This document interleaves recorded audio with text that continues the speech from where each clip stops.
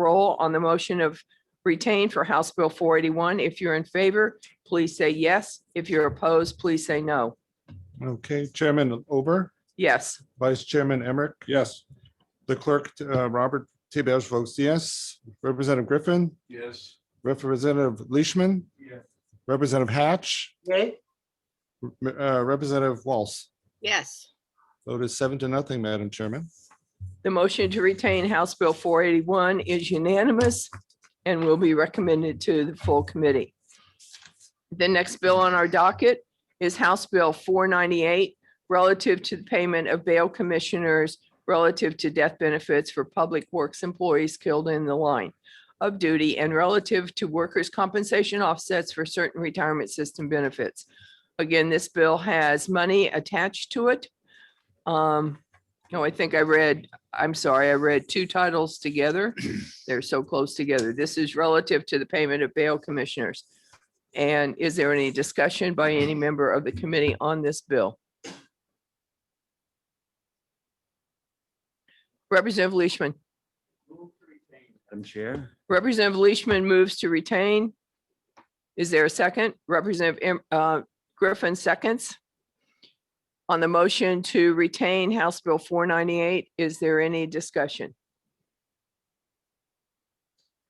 Seeing none, apparently we need coffee this morning to talk, or we're holding it for later. I'm not sure.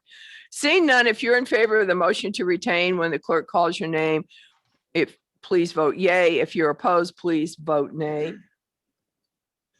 Chairman, Representative Ober, Yes. Vice Chairman, Representative Emmerich. Yes. The clerk votes yes. Representative Griffin, Yes. Representative Leishman, Yes. Representative Hatch, Yay. Representative Walz. Yes. Madam Chairman, the vote is 7-0. The motion to retain is unanimously approved 7-0. Now we will move to HB 536, and I already read part of that description with the other bill, so I'm going to read it again. This one is relative to death benefits for public works employees killed in the line of duty and relative to workers' compensation offsets for certain retirement system benefits. Any discussion on this bill? Move to retain House Bill 536. Representative Emmerich moves to retain House Bill 536. Is there a second? Representative Griffin seconds. Is there any discussion on the motion to retain? If not, the clerk will call your name. If you are in favor of the motion to retain, please vote yes. If you're opposed, please vote no. Representative Ober, Yes. Representative Emmerich, Yes. Representative T. Belge, the clerk votes yes. Representative Griffin, Yes. Representative Leishman, Yes. Representative Hatch, Yay. Representative Walz. Yes. Madam Chairman, the vote is 7-0. The motion passes unanimously. This bill is retained. And the last bill on our agenda is HB 591 relative to certain liquor license fees. Not only should this be in the budget, but we haven't even had the liquor committee in, so we don't know any position. But is there any discussion on this bill? Madam Chair, I move to retain House Bill 591. Representative Emmerich moves to retain House Bill 591. Is there a second? Representative Griffin seconds. Any discussion on the motion to retain? Seeing none, if you're in favor of the motion to retain House Bill 591, when your name is called, please vote yay. If you're opposed, please vote nay. The clerk will call the roll when he is ready. Madam Chairman, Yes. Vice Chairman Emmerich, Yes. the clerk votes yes. Representative Griffin, Yes. Representative Leishman, Yes. Representative Hatch, Yay. Representative Walz. Yes. Madam Chairman, the vote is 7-0. The motion to retain passes unanimously. That is all of our bills.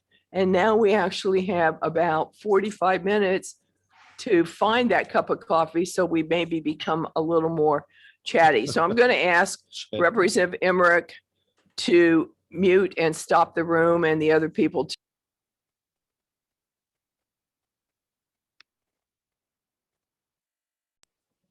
work session. Commissioner Caswell is with us.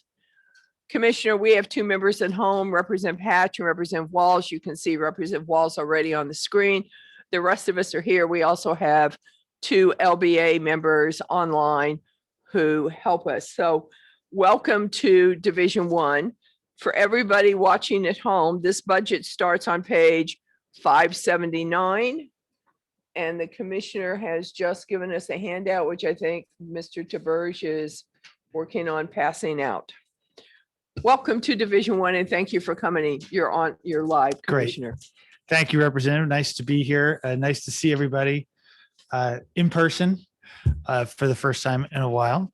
I wanted to just today give a couple of quick overviews and leave our time for the discussion component. Yeah, here. we do want to go through your budget and understand it. Yeah. So just a couple of highlights I would put for the committee.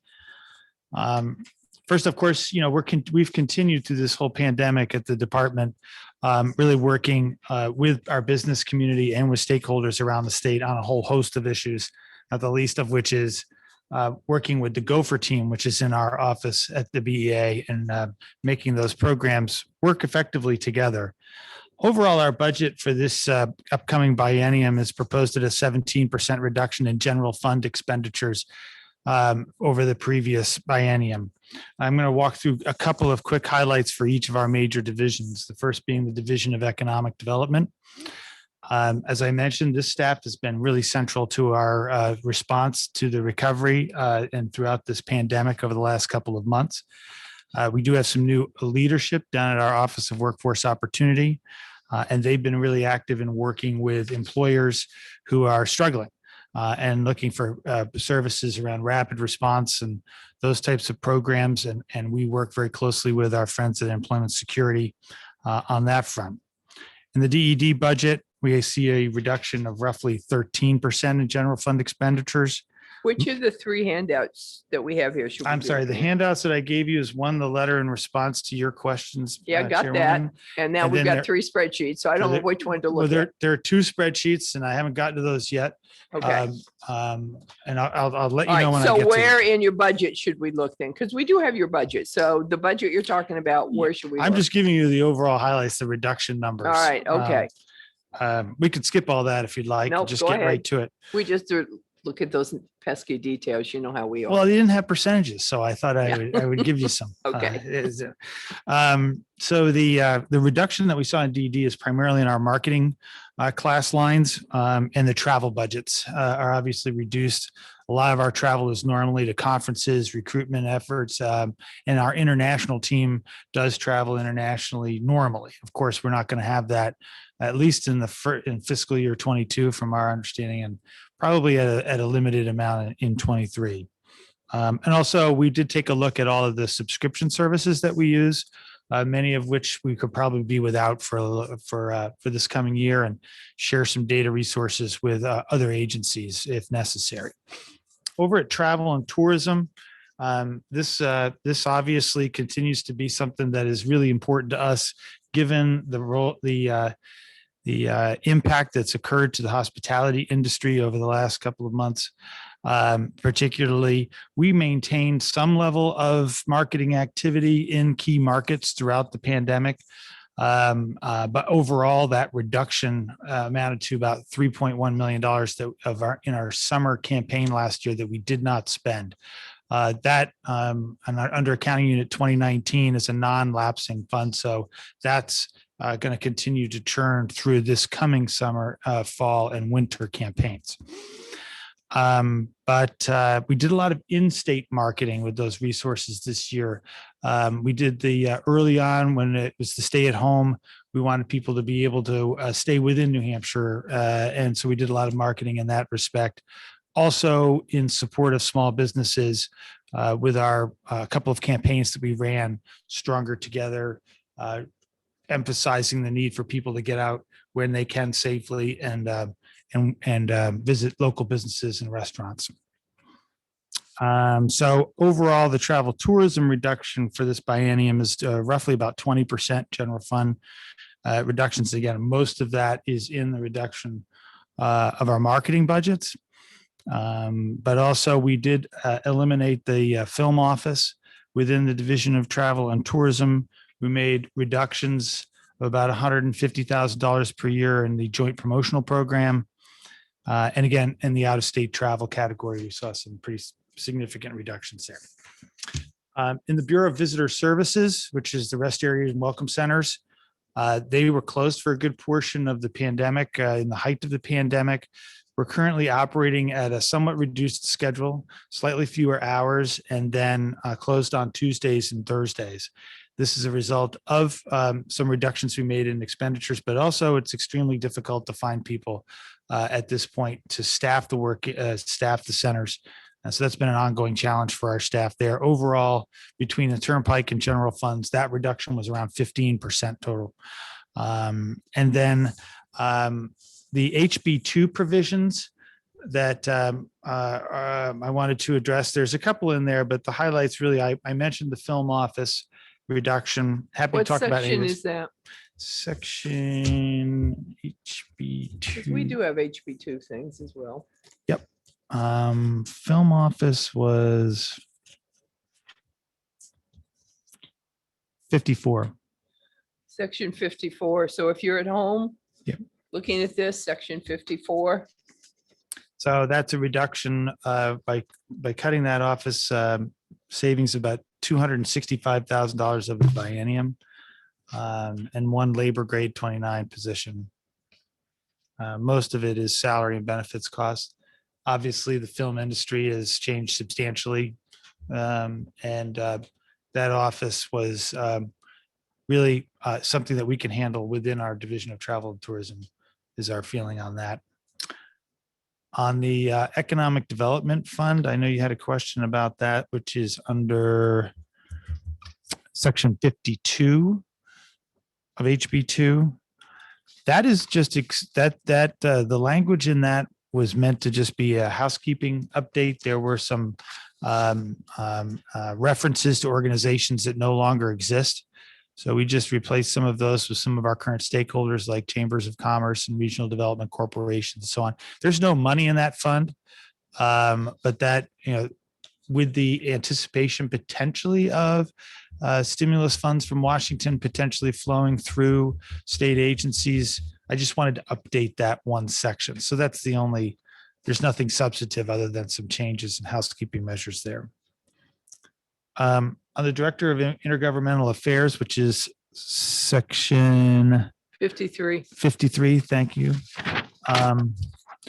That is taking an existing classified position and transferring it to an unclassified position.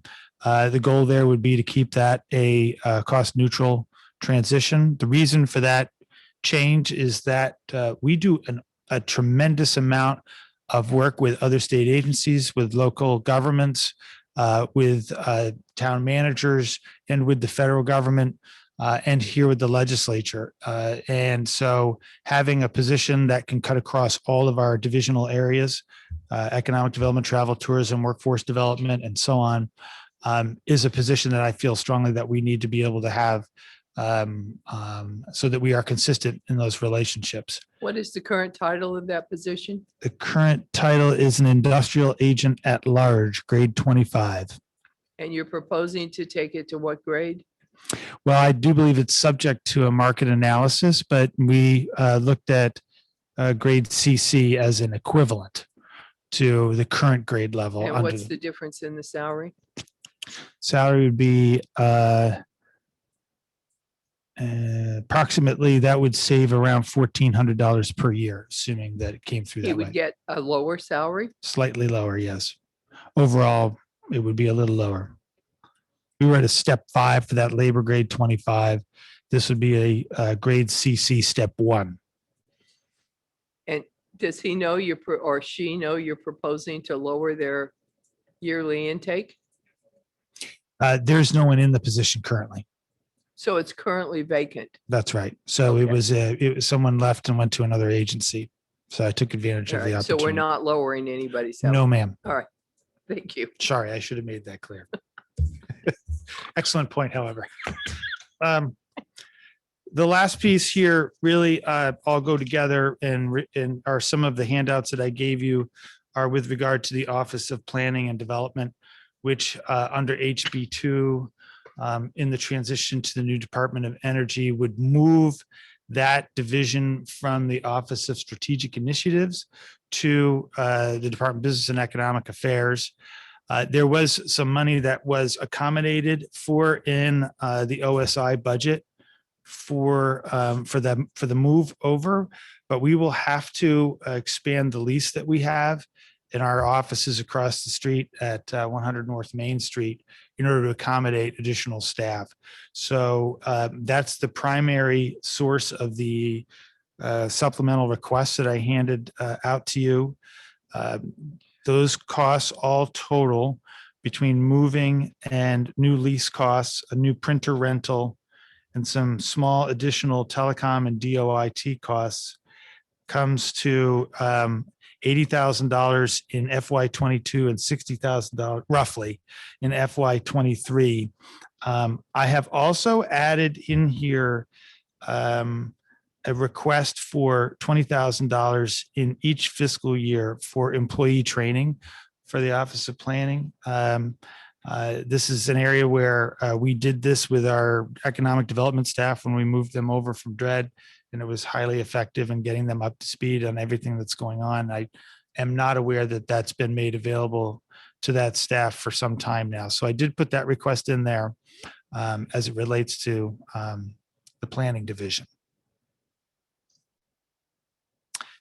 What are the titles of the people you're getting? You're getting 6 people, right? Yes. I'm going on memory now, ma'am. It's I think there's a labor grade 27 and two 225s and maybe a 23. I'm going to have to get back to you on the exact numbers. I don't have that right in front of me. So I can tell you and Representative Leishman is going to ask you a question, man. I can tell you that the governor's budget director has said this is cost neutral. There will be no additional costs. So they apparently are not including any of these increases that you're requesting. Is that correct? Our assessment is at this point that we would have to have somewhere to put them, and that cost was not anticipated when they proposed the transition. We have yet to hear from the governor's budget director, but he is coming to talk about the Department of Energy and the reorg, and we knew 6 people had gone to you. So I just wanted to be sure. And- Representative Leishman, you had to put your hand up. Thanks, Madam Chair. I have 2 questions, but I'll go to the chair for the second one. I'm curious on page 589. We've got the Small Business Development Center. Why such substantial costs? Requested authorized $315 for 21, and you're proposing for $50,000. What's that all about? Because I understand that program has been pretty successful. There's a lot of support for it. So what's going on there? That was in the category of difficult budget decisions to be made. I think, yes, as you indicate, we have a good relationship with the SBDC. There's also, if you look under somewhere right after that is the IRC, which is another program that we fund the University of New Hampshire to invest. There it is. It's, I'm sorry, accounting unit 1457. Those 2 programs are both funds that we provide the University of New Hampshire as match to grants that they apply for from the United States Small Business Administration. The decision was made that those 2 programs probably could find some additional income from other sources to carry the program for the biennium. And so that's the reason why we had to make that difficult decision. I know that the governor sent over a supplemental priority request, was it last week? And the restoring that to the 315 was included in that priority request. So this remains an open question in our budget. However, we zeroed those 2 programs. I think the governor sent that over as an additional request because I did let the budget director know that none of us had usable emails anymore because we've been flooded with people complaining about the cut in the Small Business Development Center. So it has really hit a note with many of our constituents. Yes, ma'am. I've heard from them as well. Follow up, Representative Leishman. So we just touched on briefly with the chair mentioned the Department of Energy rules. Range out, what's that? Is this hasn't gone to a policy? If you can hold that one, because we are going to have the governor's budget director come and talk to us in general. And I think the commissioner probably was asked to take the planning people as part of it, but did not initiate it. So that's a very valid question, but maybe we could hold that until we get Mr. Maylou in here, and he will be happy to answer that for you. One more. Okay, one more, and then Representative Waltz will follow you. So after your question, Representative Leishman. Thanks, Madam Chair. So again, on the small business development, we just wanted to kind of get like, don't think there are a lot of matching federal funds to one state dollar, two federal. That's correct. So they're required to provide a match in order to access the federal resource. And again, there isn't any statutory requirement that the state provide that match. So that was what we were hanging our hat on as it relates to being able to find a reduction that was sufficient to meet the targets that we were asked to meet. Okay, Representative Walz. Yes, I just wanted to say, I didn't know if the commissioner was aware that I'd heard from the Small Business Development Council, and they said they will have to shut down without this state money. That whatever you think is coming on a federal match is apparently not, and is not enough to keep them open. And the director personally told me she expects that they will have to shut down if they do not get this money. So I just wanted to correct any misunderstanding about that, and perhaps suggest that you may want to reach out to her and hear from yourself how dire this cut would be. Thank you, ma'am. I have spoken to Liz and with Dean Merrill Sands at University of New Hampshire. Okay, Commissioner, I think we can move on. Yes, ma'am.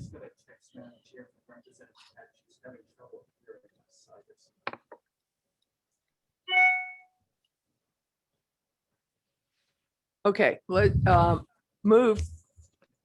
Taylor, why don't you pull that microphone closer to you? I don't know how sensitive they are, but if Representative Hatch is having trouble, I know and now he's shaking his head. Thank you. Is that better, Representative? Can you hear me better? I could always hear you, Commissioner. It's just other people asking questions. I had trouble hearing. Actually, what you did, pull it back because it's a little more fuzzy. There, that's better. Okay. Say something. Thank Okay. you, Madam Chair. It's You're the, welcome, Representative Hatch. It's the Representative participants Emery. asking, I'm sorry, Madam Chair. It's the participants asking questions that I can't hear. I'm not sure about Barry Beth, but thank you. Thank you, Representative Emery. And you pull that microphone a little closer as well. Thank you, Madam. I could not hear Representative Leishman either. I was getting little Well, bits. we're addressing that, Mary Beth. We're addressing Thank you. that, but one at a time. And now as Representative Emmerich's got his hand up. I'm fairly stubborn on the Small Business Development Center. Because it looks like if you look at their performance, their return on investment's very high. And I know several businesses in my town and immediate area that they've supported and have and continue to consult with. I know they have representation throughout the state, so it's not a Concord-centric operation. And I think based on ROI, their performance is stellar. So I don't know what measurement you use to say, let's don't have performance, let's have somebody else pay for it. I think you're shooting your feet off here. Because I look up above the federal funds that are coming in for workforce opportunity, and you said that's working with Main Street businesses due to the pandemic. And the feds seem to want to invest a lot of money in that. And we're throwing in for 75,000 and then 80,000 the next biennium. I'm at a loss, quite honestly, is that you would discontinue something so successful out of hand. Well, again, our intention is not to discontinue the program. We believe that the program can continue to operate with additional funding, perhaps even from the University of New Hampshire as a match. If that's not the case, then by all means, I think that it's something that this committee should review. I would also say that as it relates to the Office of Workforce Opportunity, those are funds that we receive from the Department of Labor to provide adult dislocation services for workforce development and for rapid response to businesses that are unfortunately having to lay off individuals, plus the youth displacement programs, which provide resources for students that are have dropped out of high school or in danger of dropping out from high school in order to give them training for workforce.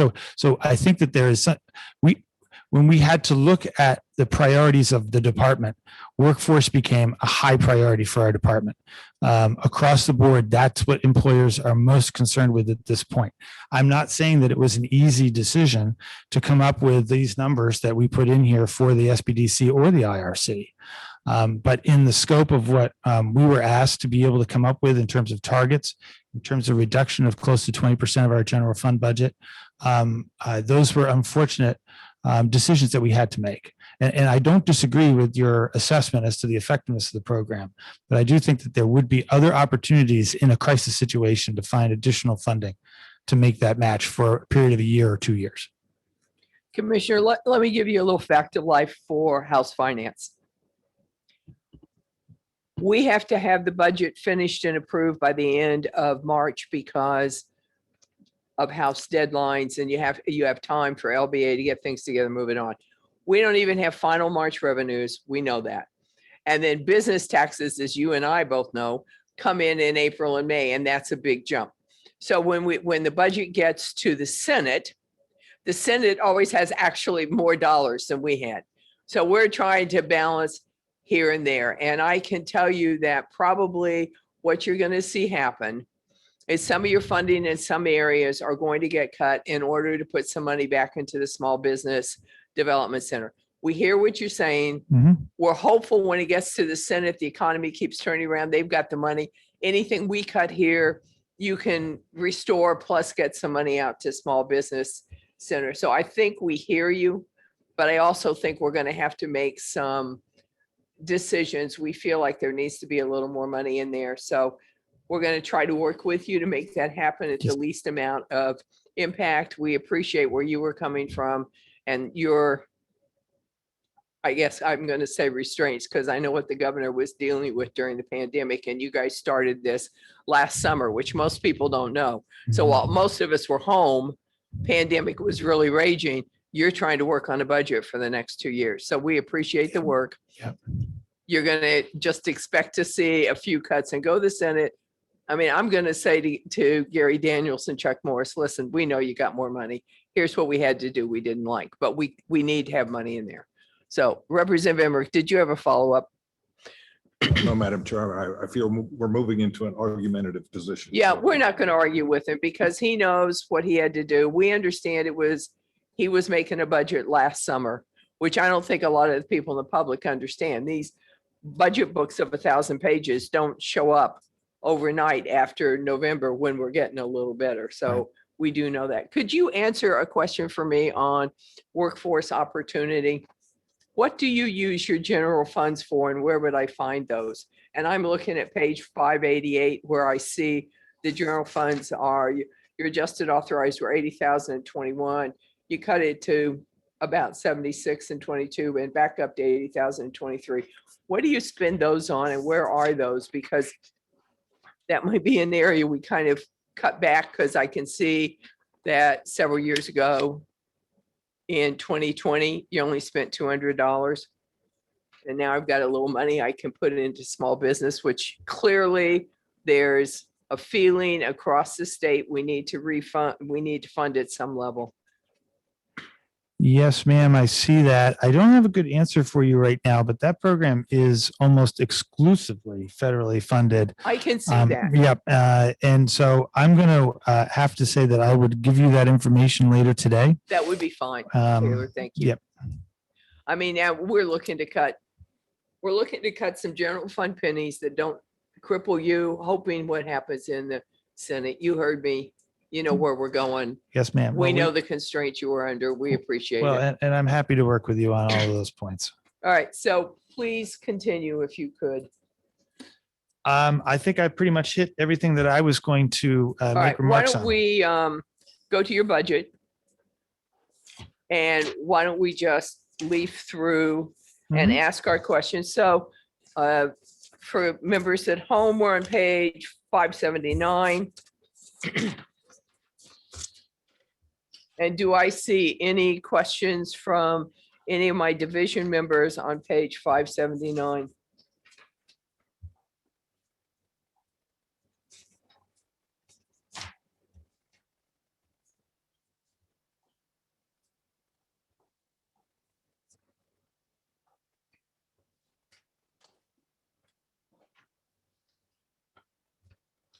Representative Walls.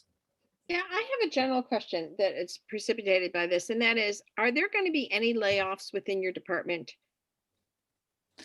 He's laid off one position. I believe he spoke to that. He has repealed that entire agency. The only positions he's gaining are gifts from the Department of Energy reorganization, which the governor's budget director will come speak and answer all of our questions on that. He is being scheduled for that and he knows that. Thank you. That's correct, isn't it? Correct. I knew it was defunded. It was not clear to me with the paper available to me whether there was an actual layoff. So thank you so much.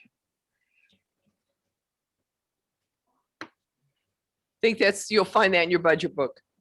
All right, let's turn to page 580. And you talked in general about the safety rest areas. This is an area my friend Representative Hatch frequently has a question on. Representative Burris, do you have a question on this? Yes, I do, Madam Chair. Thank you, Commissioner, for being here. Up north in Coas County on Route 2, between, which goes east to west between Maine and Vermont, you're aware that there are no rest areas. Yes. We constantly, Representative Hatch and myself, being from Coas County, I'm from Berlin, he's from Gorham, continuously get complaints because of the lack of a rest area. Are there any plans in the near future to restore that? Well, I know we've had discussion with Representative Hatch and DOT on the former Shelburne rest area. And I believe now my recollection was that when we worked with DOT, they were in the midst of transferring ownership of that property to a local campground when we had this discussion 2 years ago. I believe that since then, that deal has fallen apart. Representative Hatch may know better than I do. And he's got his hand up, so he'll in Yeah, a minute be recognized. and so my understanding is that property, as one of, I think it was about 5 or 6 rest areas that were closed prior to my time here, remains closed and vacant, and in DOT ownership. But other than that, I'm not aware of any other opportunities on Route 2 for rest areas. Representative Hatch. Yes, thank you, Madam Chair. Just a couple things on the rest area. And I know it's a complicated mess and it existed long before your existence there, but as Representative Taberge said, I would hope that you would take an active role in rectifying that issue, particularly with the Shelburne rest area. I think that's something there, solvable. It's something we've been dealing with for, I don't know, Representative Leachman may have a better idea, but for quite a few years. And I feel as though it's been ignored. That's one thing, enough said.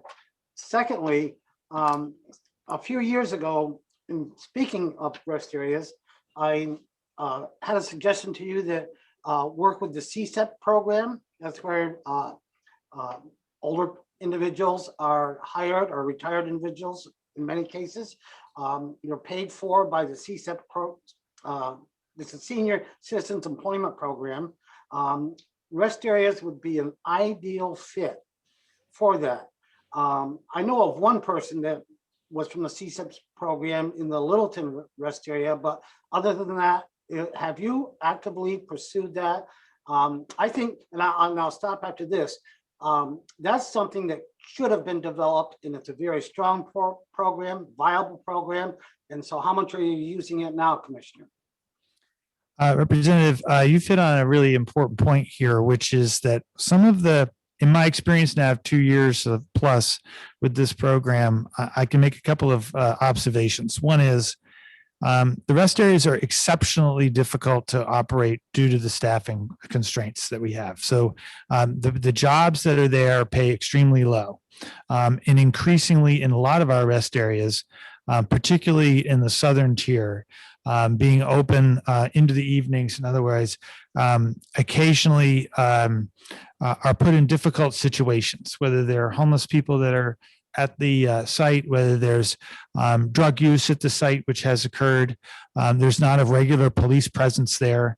And then add in the pandemic and the fact that, while we do everything we can to protect our staff in those situations, it is increasingly difficult to find people to put in those jobs.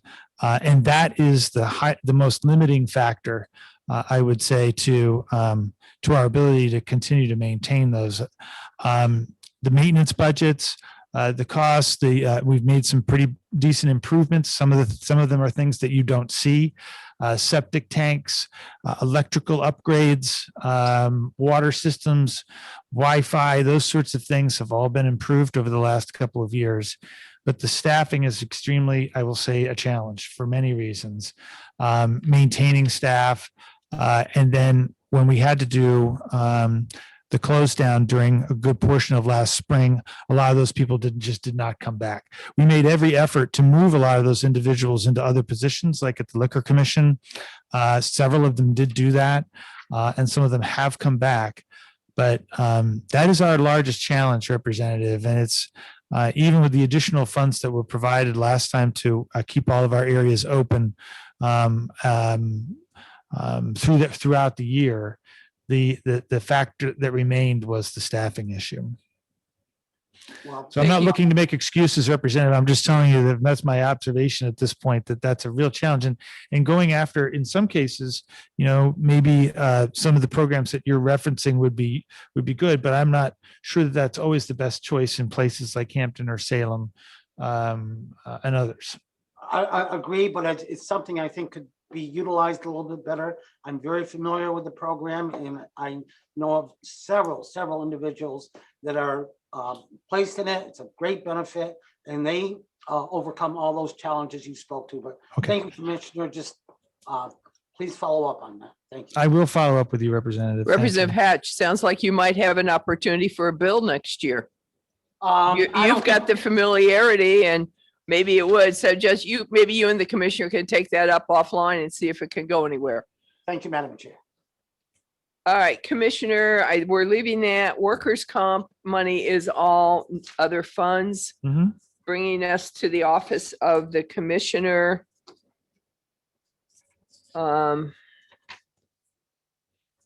We talked about turnpikes. Yeah. Yes, You're ma'am. doing that. I'm turned to the top of page 584. I see general funds, but I also see a significant decrease in general funds. Again, the big numbers there are in the marketing budget was a reduction of $275,000 of the biennium, out of state travel, and some of our subscription services and so on under class 102. Representative Taberge. Commissioner, could you speak louder? Because even in the room, we have. Oh, I'm sorry. Thank you. Yes, sir. Taylor, we have these wonderful pieces of equipment, one here and one back there. Cleans the air 5 times an hour with all kinds of fancy things to make sure we don't give you any horrible diseases. But they run all the time quite loudly. They don't run in a quiet mode. They are full blast all day long. All right. Noted. I'll speak up. Thank you. Okay, procurement and government contracts, the bottom of page 585.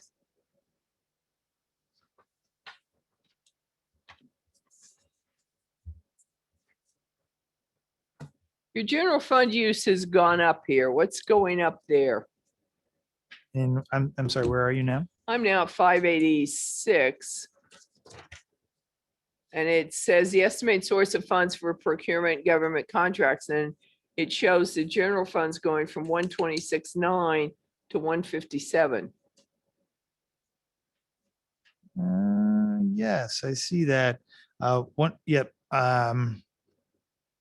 Again, I'm gonna need to get back to you unless, I think my business manager is on the line. She might be able to answer All that right, let me phone. see if Hallie, Benethi, there she is. She's got her Hallie, hand she raised. is. Hang on a minute. Hallie, you're about to join us.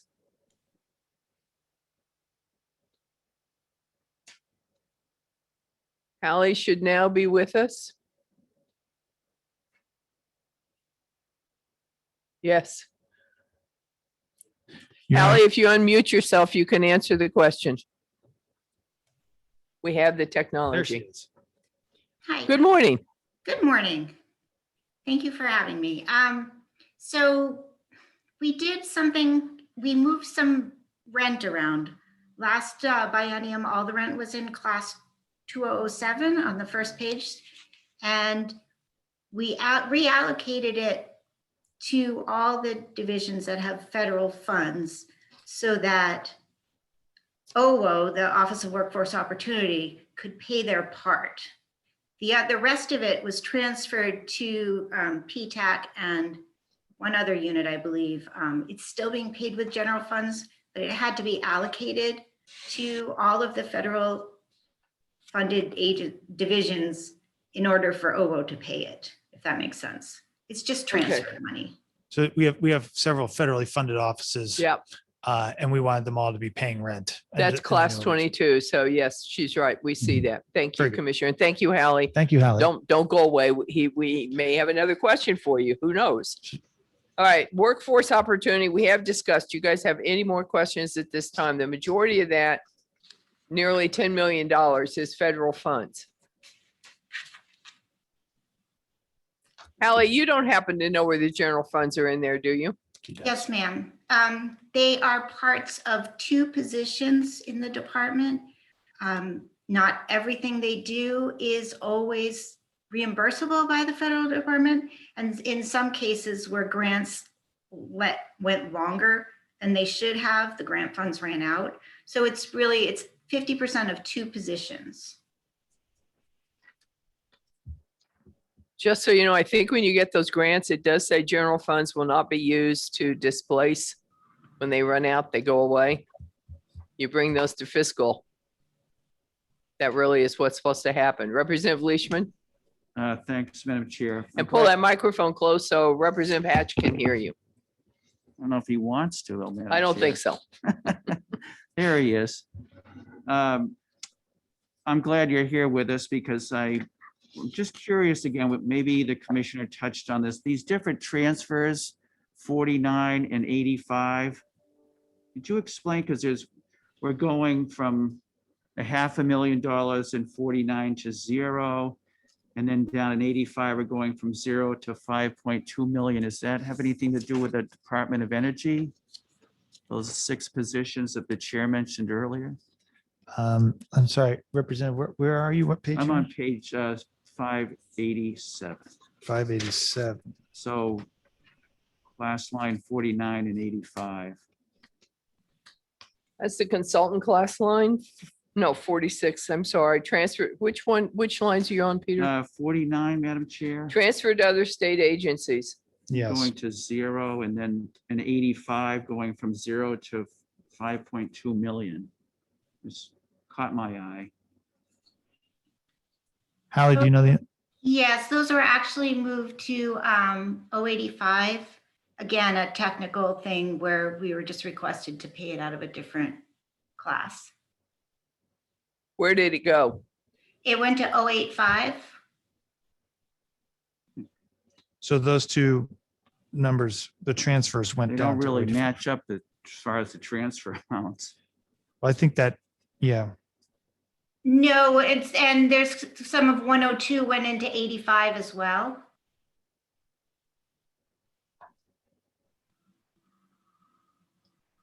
So, Madam Chair, just a follow-up. So could you tell us more on this transfer amount, what that breaks down, transfers out of F? I'm sorry, I didn't understand the question. On class 80, class line 85, Hallie, where we, What is the full title? Because we have interagency transfers out of F. And so there must be something that goes beyond F. I'm sorry, I don't know the answer to that. it's cut off in the, Yeah, it's cut off in ours too. Maybe you could get that. to We'll us, get that for Commissioner, 'cause you. It's an awful lot of money if that's all of a sudden. All right.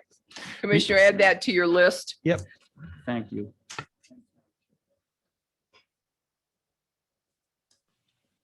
I will say just generally in those instances, Representative, there were a couple of places where we had to reassemble based on the transfer over from DRED, which had used different class lines. When Hallie came on board, which is just about a year ago, we went through and made some adjustments so that they made more sense. So once we get the answer, I'm sure it will make more sense.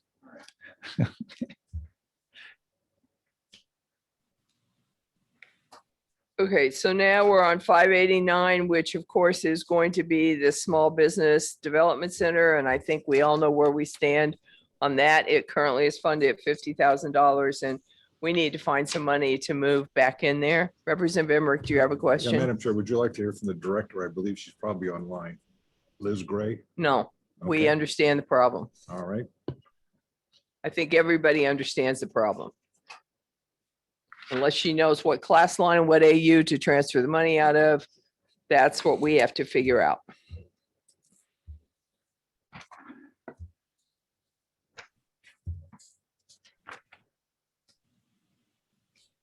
Commissioner, do you have any empty positions?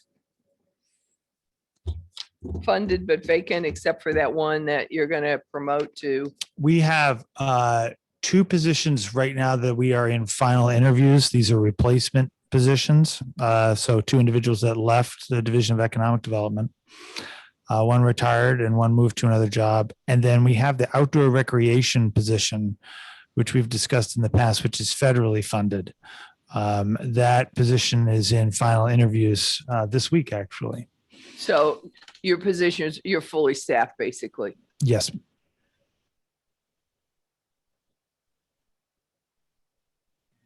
Looking at the Division of Travel and Tourism. Starts on bottom of the page, 591, flips over and goes into 592 and finishes on 593.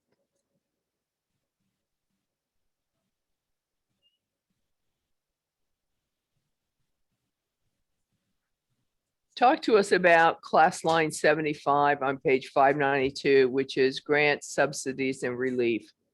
That's the joint promotional program, which is a match program that we administer and with our DMOs and chambers of commerce to do regional tourism marketing. So we've operated that at $1 million. It was obviously a little low in 2020 because we closed the program for a period of time. And we funded it at a reduced number of $875 per year. So that's a 50-50 match program. In class 69, your promotional marketing expenses, is that where we see some of the rooms and meals money you spend? Yes, ma'am. That's you see class 69 under accounting unit 2013, as well as class 69 under accounting unit 2019. That's source of those resources. Just so you know, that's probably going to be the easy hit to fund the small business group. But when you get to the Senate, you heard my words earlier. I don't need to repeat them. Mm-hmm. Okay.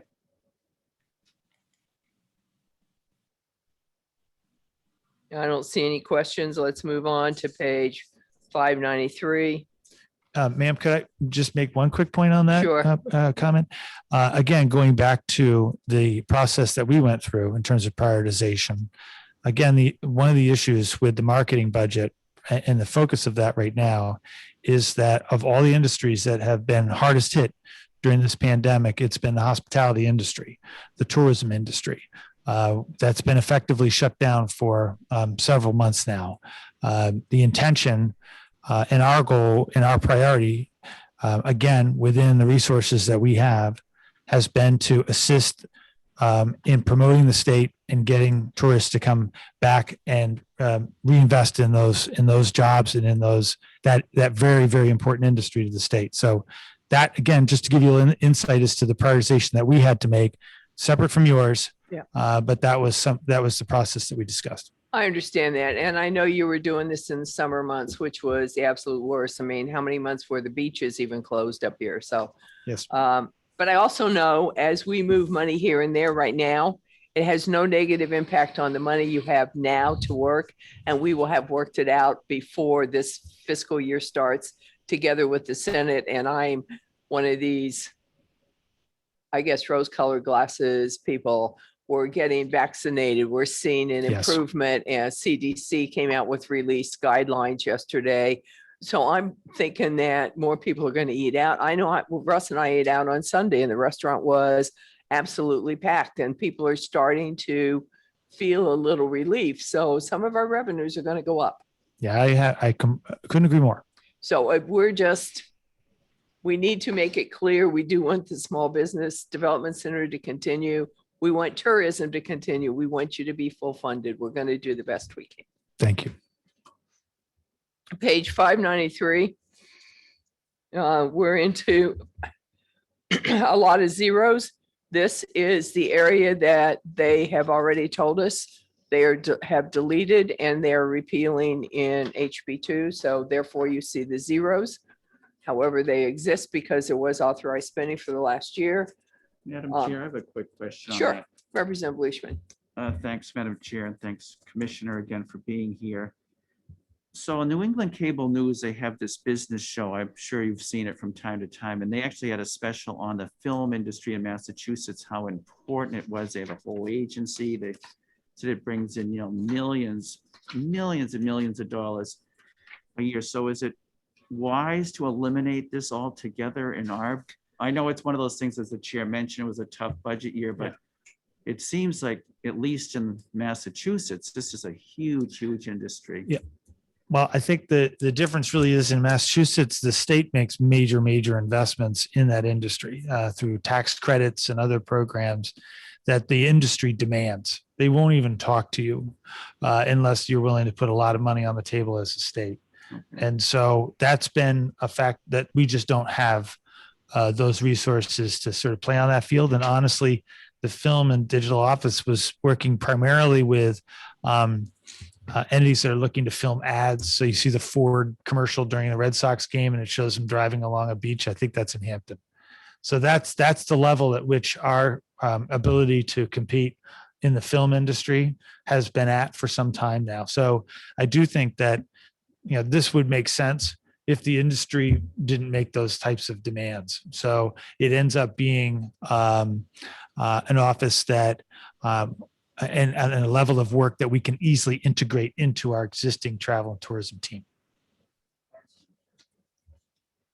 Okay, the next, we're now into the OSI Division of Planning, which I think we have discussed. I didn't see any hands when we were going over it. Second thoughts on hands. The commissioner gave us a spreadsheet on that specifically.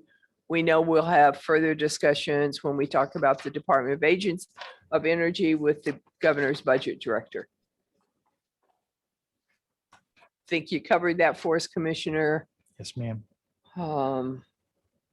We're getting to the end of your budget and I'm on page 596.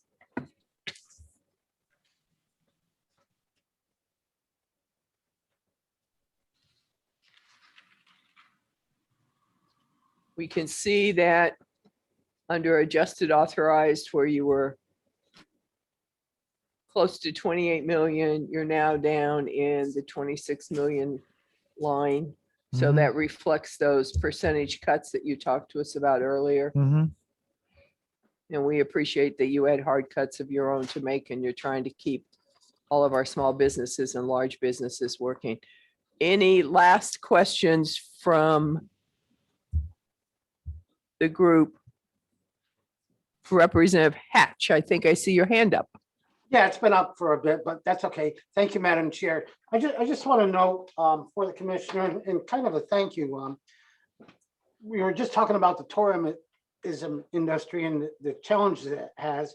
I just want to note that because of certain things and in part because of the efforts of the commissioner's activity right now in Gorham, unlike the rest of the world, every motel is full every weekend and half the week. And we have a very vibrant tourism industry here right now. And I would just like to note that, thank the commissioner for some of his efforts and hopes it continues. And that's all. Thank you. Thank you, Representative. I agree with you. He appreciates that, Representative Hatch. Guys, on page 25 in HB2, we have section 54, which repeals the Bureau of Film and Digital Media. Would you be comfortable at this time in approving that? I know we have some questions coming from the commissioner on other items, but not on this item. I believe he has covered that.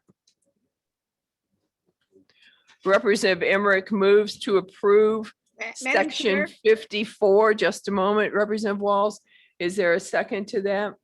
Representative Griffin, is there a discussion on the motion? Representative Walls. thank you, Madam Chair. My recollection is, and maybe this doesn't exist anymore, that there was a division of film in the cultural office as well. And I don't know quite where the role was in your office as You a got public that, there. didn't you? I believe I'm going to ask the commissioner, when we had Dread and Cultural Affairs merge and split, I believe that piece went to Commissioner Caswell. Is that correct? Yes, ma'am. But Representative Waltz, I think you're remembering that I believe that happened after we actually did the split. So we did that subsequently. So BEA did exist. So you're right. It was at DNCR. It moved to BEA after the split, but shortly thereafter. Thank you. Did that answer your question? Yeah, I was trying to figure out if another office existed somewhere else in the state, and the answer obviously is no. This is the only film division left in the state. Yes. And we've not been able to fund it.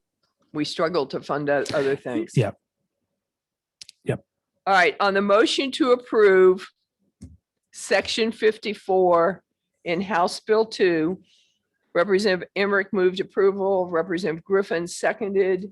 If you're in favor of the motion, when your name is called, please say yes. If you're opposed, please say no. Mr. Clerk, call the roll when you are ready. Okay, Madam Chairman, Yes. Vice Chairman? Yes. The clerk votes yes. Representative Griffin? Yes. Representative Leishman? Yes. Representative Hatch? Yes. Representative Walsh? Representative Walls. I'm sorry, I voted no. Okay. Okay, the motion is 6-1. The Madam. motion is 6-1. Thank you, Representative Walls, for unmuting.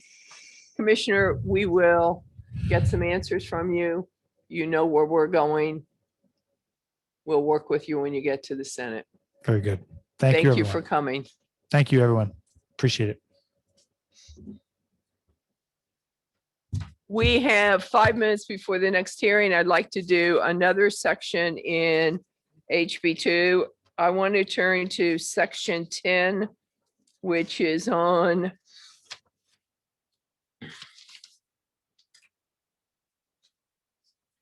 page 6. Section 10 says, unless restricted by law or administrative rule, upon request of an intended recipient, an agency may provide documents by electronic mailing in lieu of mail. I was able to consult with a couple of other agency heads over the weekend. They have no objection to this, and they are in favor of moving this one section forward. Representative Leishman moves to approve section 10. Representative Emmerich seconds. Is there any discussion of the motion? Seeing none. When the clerk is ready, he can call the roll. Okay, Madam Chairman, Yes. Vice Chairman Emmerich, the clerk votes yes. Representative Griffin, Yes. Representative Leishman, Yes. Representative Hatch, No, Representative Walsh. Yes. Okay, All right, the motion being 6-1, we have approved section 10.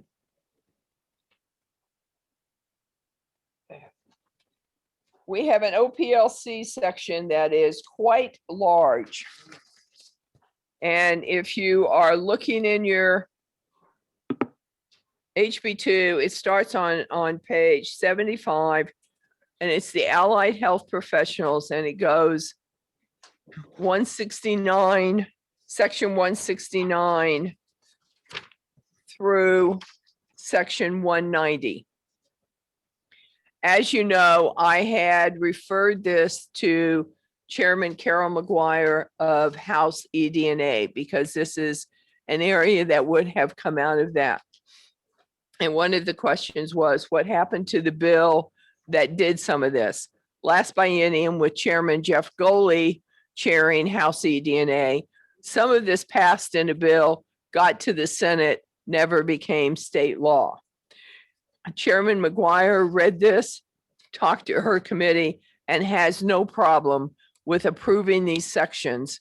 If these were approved, we could also approve the budget of OPLC. What are the thoughts of the division? Want to make a motion? Representative Leishman moves approval of sections 169 through 190. Is there a second? Representative Emmerich seconds. Is there any discussion of the motion? When the clerk is ready, he may call the roll on the motion. If you are in favor of approving these sections 169 through 190, when your name is called, please say yes. Otherwise, please say no.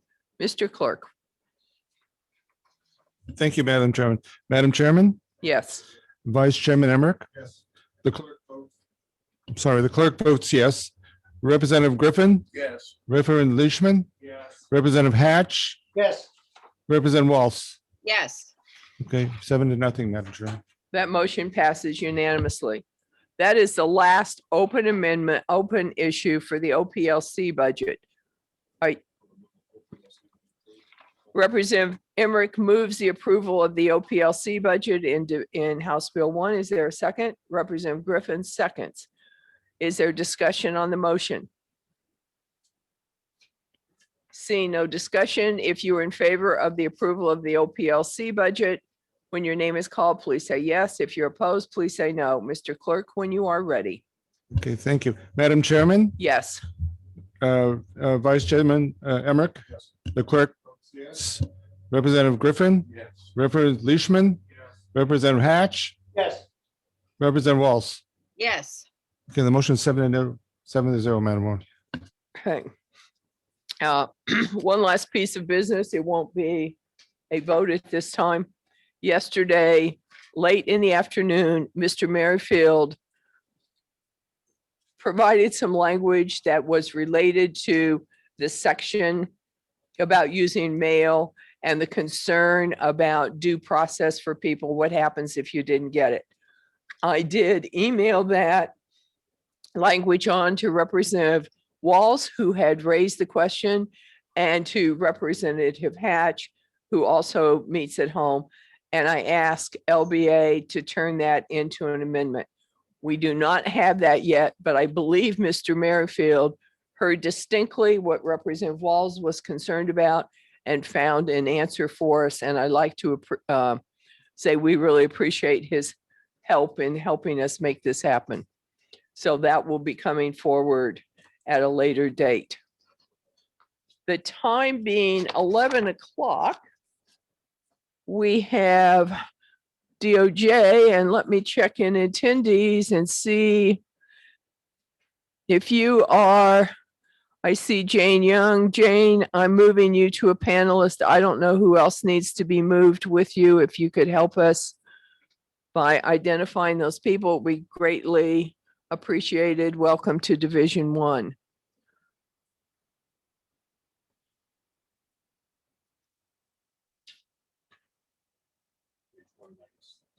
We're going to be on page 196. Kathy, you should also raise. Yeah, your I hand. just got my unmute. Did you get yours too, Kathy? Yep. Can you hear us? Well, you're pretty muffled. Do you have any video? Yeah, they're not. Can you hear me? Barely. Can you hear me? Put your volume on. I don't want to, we're going to echo. It's okay until she's on, so you can hear the rest. Thank you. Can you hear me now? If you're in a room, Kathy, with multiple people, other computers need to be turned off and silenced, and cell phones need to be put on silence. You're right, we do get an echo otherwise. Okay. So I think that will help it. So Jane Young has joined us and we can hear you. We So are I'm on going to turn page- my sound down. Okay, because you are echoing. So somebody in the room must have something on. We're on page 191. And I think Janet brought things into us. No, 272, Peter? Justice. All right, wrong page for people Yeah, at home. We're on page 272. 272. Welcome and thank you for joining us. We have your handouts that you presented. Budget's yours. We're going to let you start. We will ask questions, but we'll do the best we can to get through everything. Good morning, Representative Ober. It's Jane Young. Can you hear me? Yes, ma'am. How are you? We're great. So I would ask for your patience. I am sort of guiding the ship here between attorney generals, so I am going to do my best not to goof up Kathy Carr's good work and in the groundwork that General McDonald, now Chief Justice McDonald, has laid for us. So I will go through this budget to the best of my ability. That's okay. If you have problems, let us know. We'll get him when he comes for his budget, okay? I know. So he told me he's coming on Thursday. So he sort of sent me out as the sacrificial lamb. So I think if you could at least start with one dig, that would make me feel better. Okay.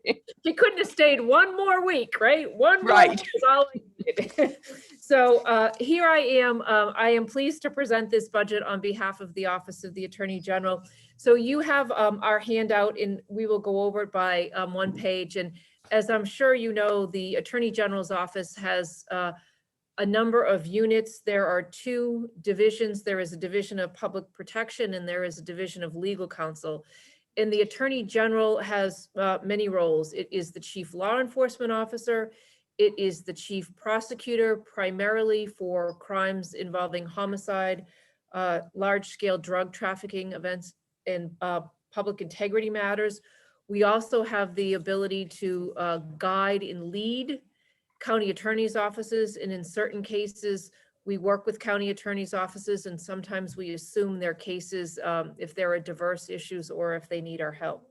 We are also the chief legal officer for the state of New Hampshire, meaning we defend the state in all lawsuits brought against the state, and we also file lawsuits on behalf of the state. We are the protector of the public when it comes to the environment and our most vulnerable populations. And last but not least, the Attorney General is a department head. So in the Public Protection Division, there is a Criminal Justice Bureau. I'm sure that you are all aware of that. That seems to be the bureau that has us in the news more often than not. We are the prosecutors for homicide cases. So anyone who murders someone else in the state and faces up to life in prison, we prosecute those cases. That includes a cold case unit where we have attorneys that are prosecuting the cold cases. They are reviewing those cases. Those are cases that are not initially solved. And as you know, those are cases that, you know, the families bear the burden for sometimes decades of what happened to their loved one. We also have a robust drug prosecution unit. We have in the past addressed death resulting cases. Unfortunately, I think that this state is going to see an increase in methamphetamine cases. So we are marshaling some of our resources to that. We work very close with not only our state partners, but with our federal partners at the DEA. In fact, we have one attorney in this office who's embedded in DEA to work with some of those prosecutions. Part of the drug unit is we have a drug task force that covers areas primarily in this central area into the north to deal with the rural areas where some of the other agencies just can't get there because of time and geography and manpower. We also have a public integrity unit. You will see that a number of our budget requests are to make that unit more robust as a result of the Lee Act Commission. There was a recommendation that there be a freestanding public integrity unit. So we are in the process of building that out. We have already identified a leader for that unit, and we have recruited one attorney from Massachusetts into that unit, and we are looking to add to that unit an investigator and a paralegal. We also have a Medicaid fraud control unit in this state. I will tell you that that unit has been staffed recently. We took the last director out of there to be the chief of staff, but that unit is making not only marks here in New Hampshire, but nationally. We are not only prosecuting those cases and getting convictions, but in certain situations where warranted, people are serving jail time in addition to providing restitution to the Medicaid fraud program. We also have a victim witness unit. Those are individuals that in homicide case, they will respond. They will have the awful job of sometimes being the first people at the door to tell somebody that their loved one has been murdered. They will lead them through what is also a tangled process through the criminal justice system so they understand what's going on. When there are trials, they work with witnesses to make sure that witnesses get to court. You know, in the days of COVID, that witnesses can appear via Zoom and other electronic mediums. So that is some of the work that that unit does. Also in the public protection division, we have an environmental bureau that is working to make sure that our environment and our waters and our air are safe and clean for our individuals in the state. We have a consumer protection bureau that is out there making sure that consumers and that the elderly are protected from scams. That unit recently has also, there's an antitrust component to that unit, has also been working feverishly with the number of hospital mergers we're seeing. You know that there was one recently in the Seacoast area with Partners. Dartmouth and Catholic Medical Center are working on a merger, and there is currently a merger with the failing Lakes Region Hospital and the Concord Hospital. So one of the positions that we're looking for is to assist that unit in their very busy practice. And we also have the Office of the Chief Medical Examiner.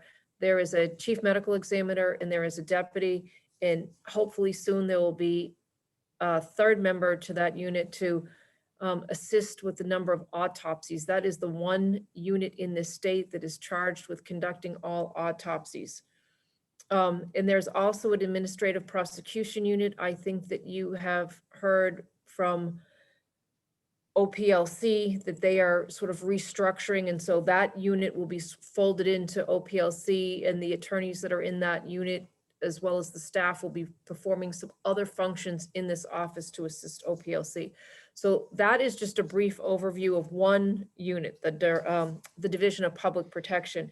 And then we have the Division of Legal Counsel. And as I indicated, we defend all of the lawsuits brought against the state.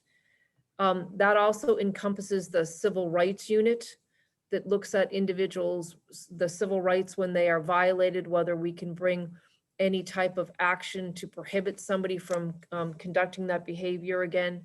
We're also out in the community doing trainings with police departments, what to look for to see if crimes are motivated by a bias, and if so, could there be an enhancement? There's also an election law unit. I don't have to tell any of you the extensive work of the election law unit.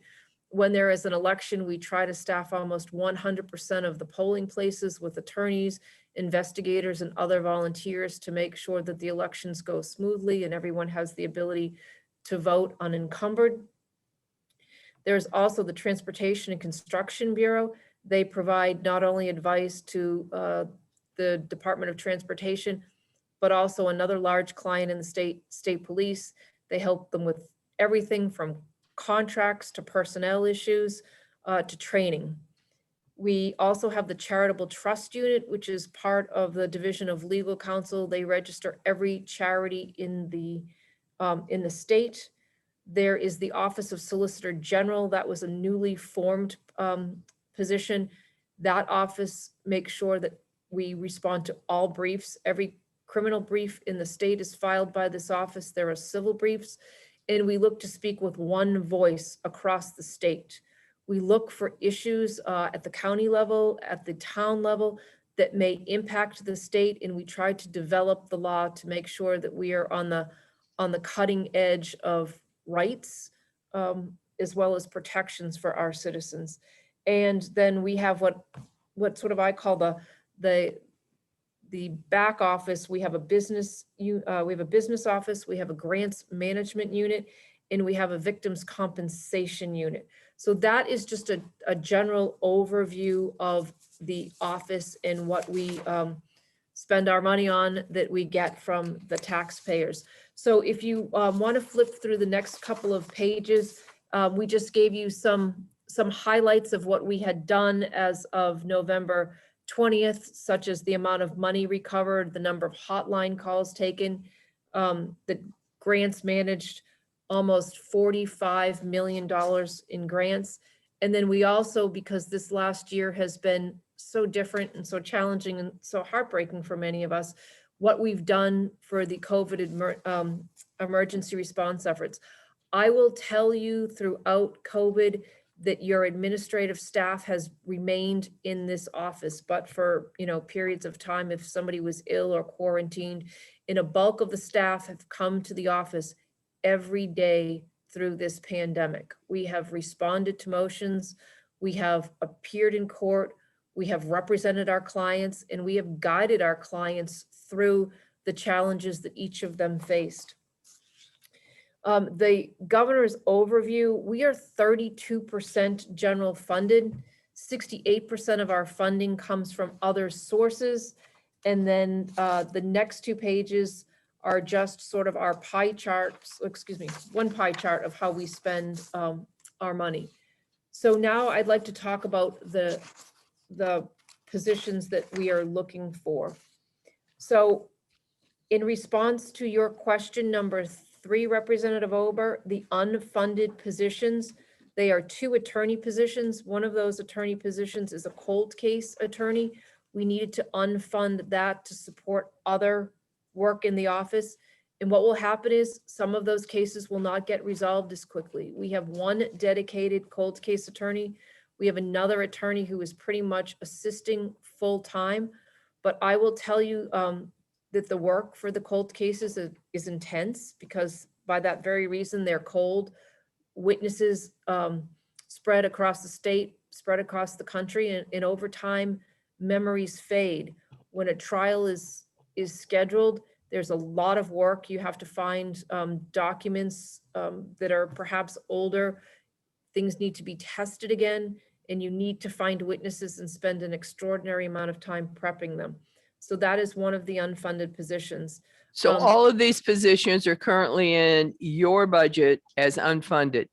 Correct. These are the Thank you. positions that we've identified, Representative. There's also an administrative prosecution unit attorney, and as I indicated, that unit is being restructured. There's also a legal secretary in the Civil Bureau. What will happen is that work will be distributed amongst others in the Bureau. We also unfunded a second elections investigator. Currently, we have an attorney and an investigator and a paralegal in the elections unit. What will happen without this second investigator is some investigations may take longer to get to, depending on how the cases are triaged. Other investigators in the office may have to pick up the work. And then the last unfunded position we have is a records control clerk. And that was an individual who primarily did copying of our briefs, our pleadings, any of our publications. That work will have to be shifted to graphic services. We will have to outsource that work. And the other responsibilities of working and assisting the business office will have to be absorbed by others. So then if you go to page 9 of our handout, the new positions that we are requesting, this is in direct response to your question number 1, Representative Ober. The positions that we are looking for are 3 attorney positions. One of those will be for the public integrity unit that I described that we are standing up. That was a direct recommendation of the LEACT Commission. Another is to address the hospital mergers with the volume coming in on those and the intense work. And another one would be to assist the Division of Legal Counsel. LEACT also recommended a criminal justice investigator tasked with public integrity matters. Public integrity matters being law enforcement officers who commit crimes in the course of their duties. That is what the investigator will look at. We get a number of complaints and calls on those. This would be somebody that would be tasked to that, so those would become a priority. And also a paralegal to assist in that unit. And the last position that we are seeking is a director of diversity and community outreach. This is another position that was recommended by the LEACT Commission. This person will be a liaison, a trainer, an educator, someone who will go out and work with law enforcement and work with the communities in which they serve, all communities, to try and better those relationships. And I think that is my sort of general description of who we are, what we do, and what our current needs are. Representative Leishman has a question. Thank you. Thanks, Madam Chair, and thanks for such a complete breakdown of the chair's questions. I think it's probably the most extensive one we've seen so far. You could teach it to some of our other commissioners that come forward. So the Public Integrity Commission's report, I have not seen it. I've heard something about it. Is it just strictly law enforcement officers, or could it be also other public officials? So I think so the Public Integrity Unit primarily will look at state. So any of your state, if you have commissioners, any of your state employees, at least the way that it's currently set up, it is not going to be equipped to look at your local selectmen or certain other individuals. That doesn't mean that there can't be a case that, depending on sort of what the facts are, we may not look at it. But currently, the goal would be law enforcement as well as state officials. Further question? Further question? I see within the budget and in House Bill 2, there's an appropriation for the Internet Crimes Against Children's Fund. Is that something you'll have a direct oversight on if approved, or do you have, I didn't see anything in the budget that had a specific line for I internet think crime? that's a pass-through grant to the Portsmouth Police Department. Am I correct, Attorney Young?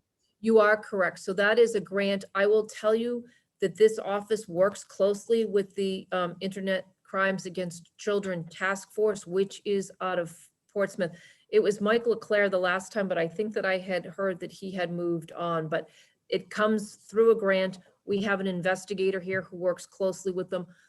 Those cases primarily are prosecuted at the county level and sometimes even at the U.S. Attorney level. Okay, thanks. Thanks, Madam Chair. Okay, seeing no additional questions at this time, but you know, Jane, that's going to change at any minute. I know, but can I add one other thing, Representative? Sure. Old? So two of the other areas that we had to defund, and I think that you're aware of this, one of One of them was the child advocacy centers, and I know in the governor's letter dated March 3rd, he indicated that there was additional money to include that in the budget, but there was also. Unfortunately, that letter said, I'd like these funded, but didn't provide the money.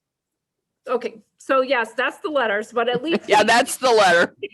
He acknowledged the internet, he acknowledged the child advocacy centers. I know that there has been a reach out, an additional $50,000 per year was cut from Media Power Youth. And I had personally worked with Media Power Youth, and what they do is they go out to schools to teach children, right? Kids are always on their phones, always on the internet, Snapchat, Instagram, how to be responsible citizens when you are in this social media realm. That was another area that had to be cut. And so I just say that. We'd be happy to fund that for you. What line item do you want us to cut to provide that funding within your budget? Well, that's the problem, right? Uh-huh. Make hard choices. So I wanted to put a pitch in for them, but we think long and hard before we cut anything. They called me and I said, look, there's less money. The House thinks there's less money than the governor thinks. The House is a little more cautious with so many people, including Fidelity in our own market, saying they're expecting an economic downturn and that we're not going to go forward. We're struggling with money over here. So anything you want added, we can add for you, but we are going to look for you to give us an associated cut within your budget line that you can deal with. We don't have any money. And I read the governor's letter. Yes, he'd like that, but he didn't send us any money. So we're struggling the same as you are, unfortunately. I know, but if we could all kind of keep an eye out, they do good work. So I'll look again. Why don't you, we have a couple of other pages from you. As I see this, the Director of Diversity and Community Outreach, you're expecting to have a total salary, a total cost of $118,000 in 2022. And even though the salary goes up, you're expecting the cost to go down. In 2000, what's the $2,000 equipment that you're proposing there?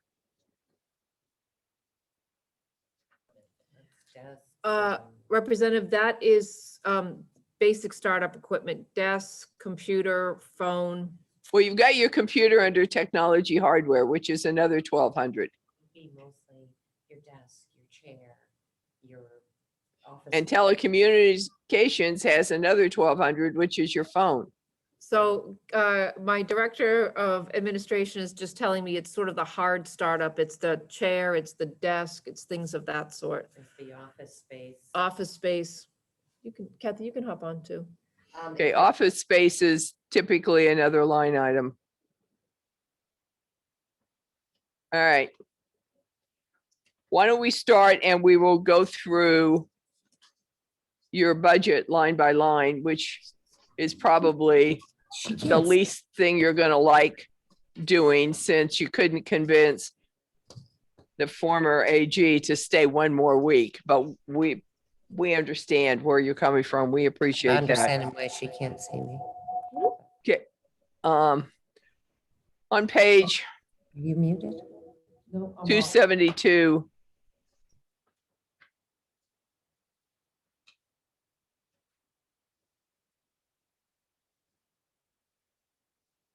I don't quite understand how class 10 can go down.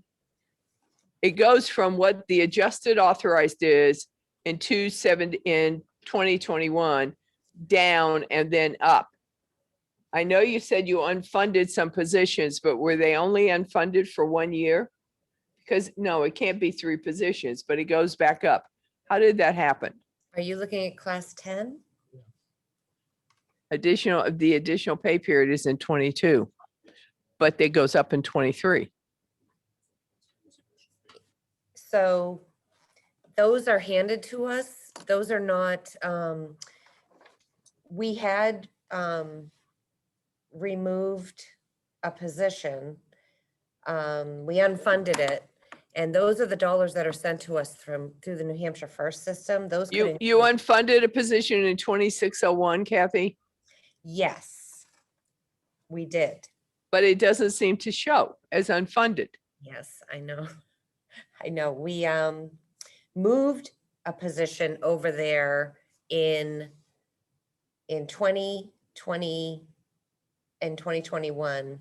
We had moved a position over there and then we removed a position.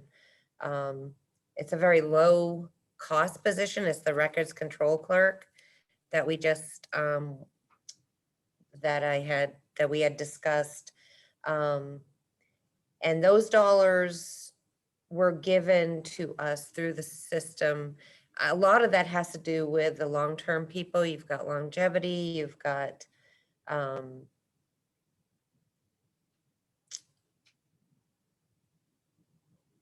and I can look into exactly why those dollars are different.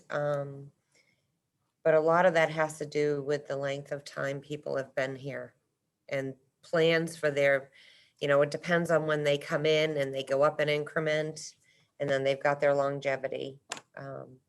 So it doesn't look like we cut anyone, but the position that we did cut was like a $30,000 salary range. That records. Yeah, but you're only down $12,000. Let me get back to you on that one. I'll look into Okay, a little bit more, so.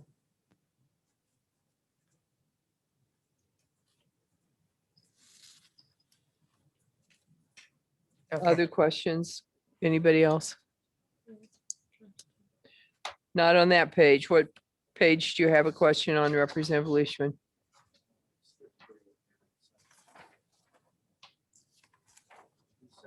That's on 272. Representative Leishman is on page 279. And you have a question? Yeah, hi Kathy. So Good on morning. 279, revolving funds, class line 3. I'm just curious why those numbers all seem quite skewed, like agency income.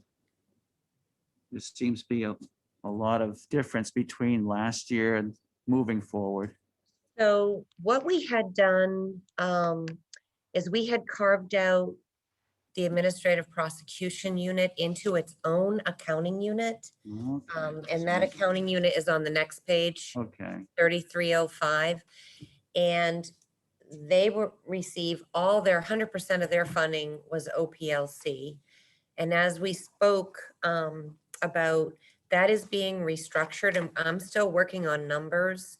I am going to have to be sending you a technical correction once we redistribute those positions to a new location. But that's why you're seeing a difference in dollars is we separated out APU into its own accounting unit so we could better track. It was a one-to-one relationship with OPLC. And that was before all the restructuring. okay, was thanks finalized. much. Thanks, Okay, Madam Chair. except class 3 on page 279, you have 0 adjusted authorized dollars in 2021. Yes, and I don't know. And now what- you're going to almost 3 million in 22 and 23. And that, I don't know why that showed up that way.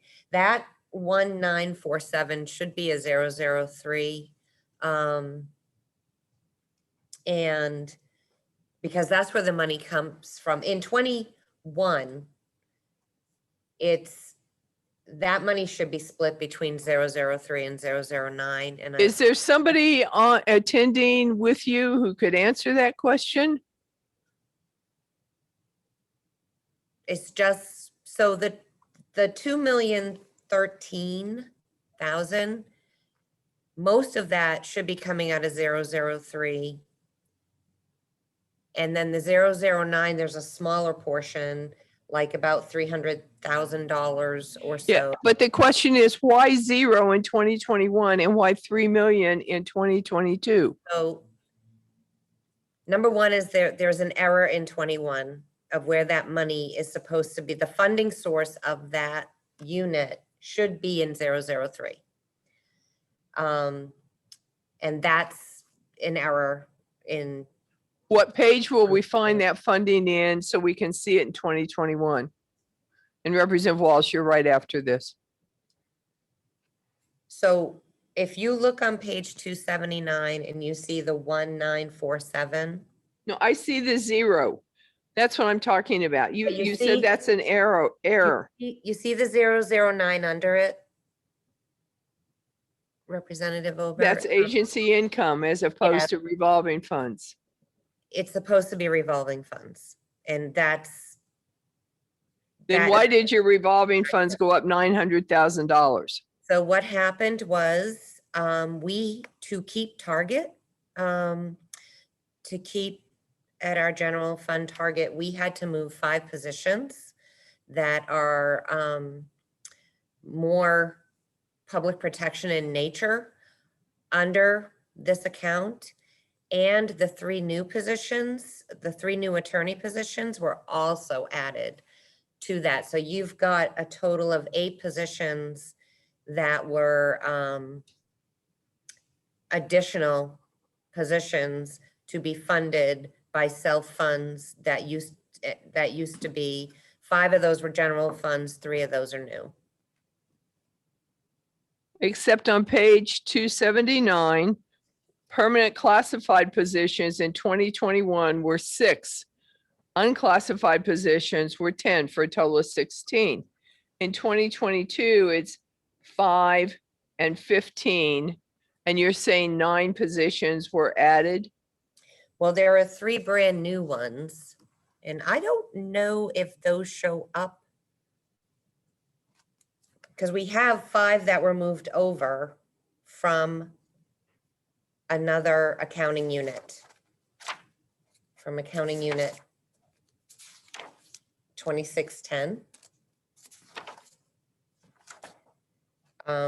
Which doesn't really show because it's, the reason why you're seeing the difference is because we carved out 3 additional positions to go into page 280, which is the Okay, that's 3 of 9. Where are the other 6 coming from? criminal bureau.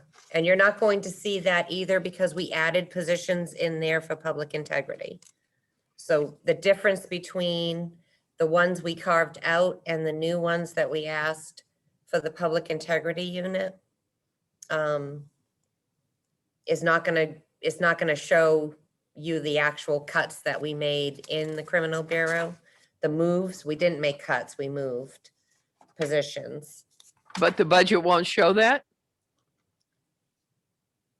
Not the actual, well, if you look at 2610, it's gonna look like we only went up, we went down 3 positions when we really went down 5 positions, but added 2 positions for public integrity. 3 positions, I apologize. I'm not sure who's doing your budget now, but whoever's over there, could they please prepare a crosswalk?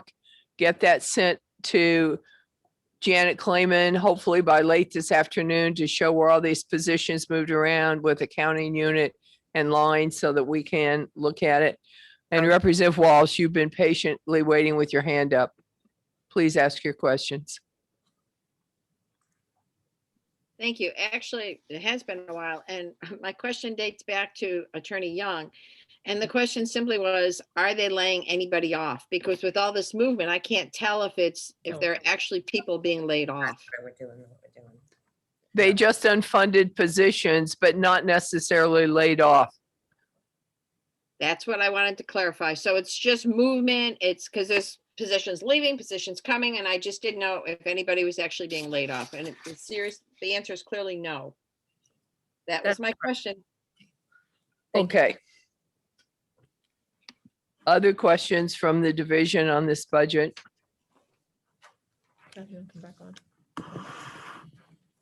Representative TaBerge, please tell us what page you're looking at. On several pages. Okay, give us the one you want to start with. Okay, I'll start with 278, and it pertains to other sections as well. With number 17, full-time employees special payments. What are special payments?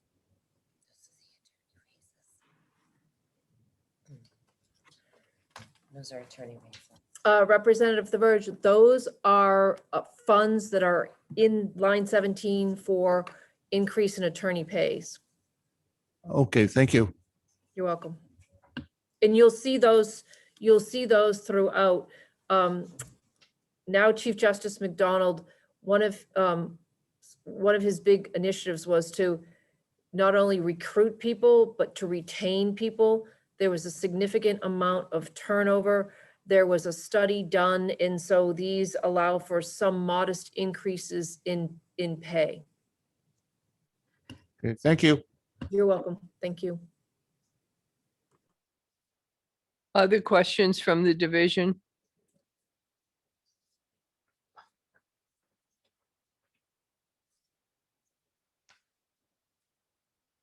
Attorney Young, while they're looking, we didn't ask you, do you have any sections in HB2 that pertain to your agency? Yes, we do, Chairwoman. We have the ICAC. So on page 40 of HB2, we have the ICAC that we just talked about. There's an FRM appropriation on page. Okay, talk to us a little bit about the FRM appropriation. Is that general funds? The way that it is drafted, the money would come out of general funds, not otherwise appropriated, is the way that I read it.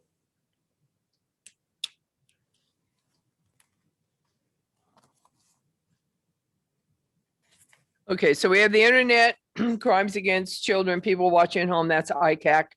And that's section 75. And then 76, we have $1 million in general funds. What other sections, Attorney Young? Then we did a technical correction, Chairwoman, starting on page 65, that involves the medical examiner's office, that will take you over to page.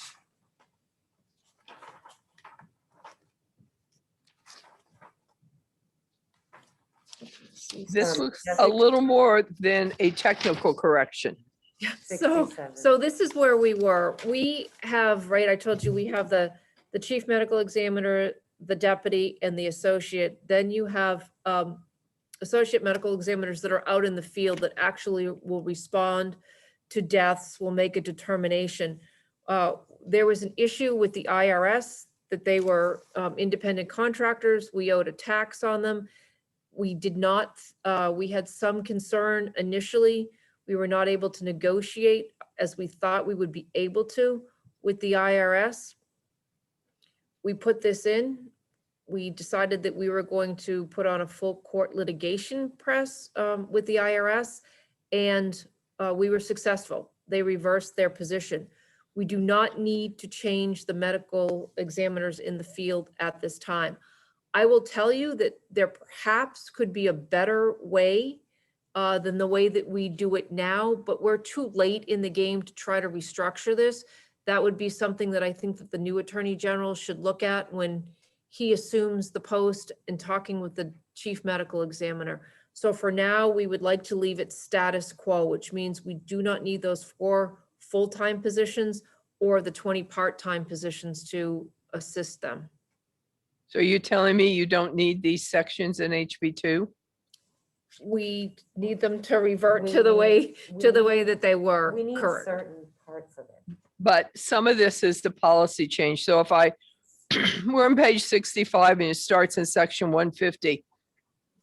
And it looks like this is all existing law until we get to page 66, line 21. Can you talk about that change? Correct. So we would revert it. We would revert it. Things in bold aren't reverting. They're new language over what's in law. So from us, when we look at this, our perspective is slightly different from yours. So you may be reverting, but keep in mind, we don't know We are keeping. this situation as well as you do. So we're just looking at this as it is. So on line 21, Chairman, the Yes. an associate medical examiner, that will stay. That is our new third-time position that we are hoping that we have selected a candidate that we're hoping the governor and council will endorse. So that will stay. So that's an unfilled position that was budgeted in the current budget year. Last time, right? Last. Last budget, Chairwoman. And then you have farther down, you've renumbered a section, but you've scratched out lines 30 through 33. What's the impact of that? So that's establishing the chief. Those are the positions, the ADME positions. Right here. Yep, I have.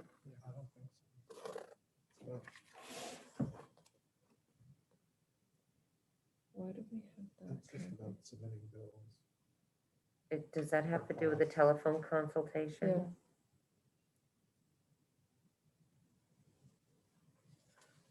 Can I have one moment, please? Absolutely. Thank you.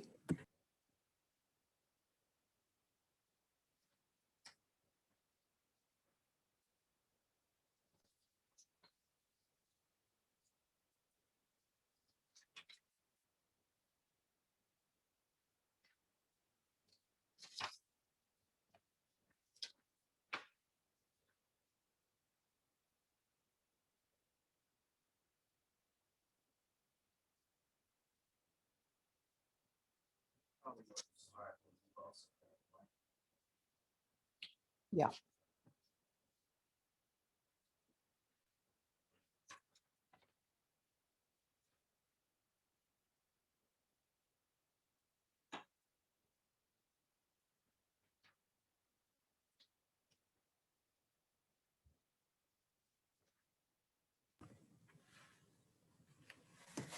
Jill had. Chairwoman, can we something get back to you on that one? We are having some sort of internal dispute if that should stay or go. So may we respond to you by the end of the day on that one?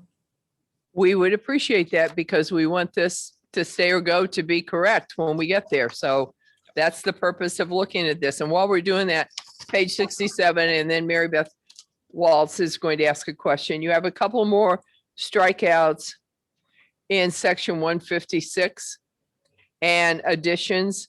And if you could just include section 156 in what you're going to get back to us, it would be greatly appreciated so we understand the full impact of these.